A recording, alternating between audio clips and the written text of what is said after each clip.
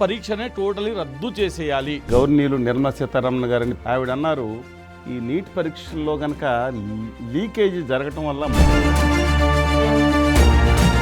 ఇప్పుడు ప్రతి ఒక్క విద్యార్థి సెంట్రల్ సిలబస్ ప్రిపరేషన్ చేస్తారు, చేయటానికి వీలు లేదు. గుజరాతీ భాషా ప్రశ్నపత్రం ఏపీ తెలంగాణ రాష్ట్రాల్లో ఏమన్నా వచ్చిందా సార్? గుజరాతీలు మాత్రం జేఈ లెవెల్లో వాళ్ళు భాషలు చదువుతూ రాసుకోవచ్చు, మా వాళ్ళు ఎందుకు రాసుకోకూడదు? వీళ్ళ అయ్యే జాగీర్ కాదు ఈ దేశం అంటే, హిందీ వాళ్ళ జాగీర్ కాదు ఈ దేశం. డివైడ్ అండ్ రూల్ పాలసీ అని మీరు చెప్తున్నారు, ఇలాంటి వాళ్ళు దేశ ద్రోహులు అంటున్నారు. మోడీ గారు పంజాబ్ వెళ్ళి వీడు అవుట్ సైడర్ అని మాట్లాడినప్పుడు దేశద్రోహం నెంబర్ 1 ఆయన అవ్వాలి కదా.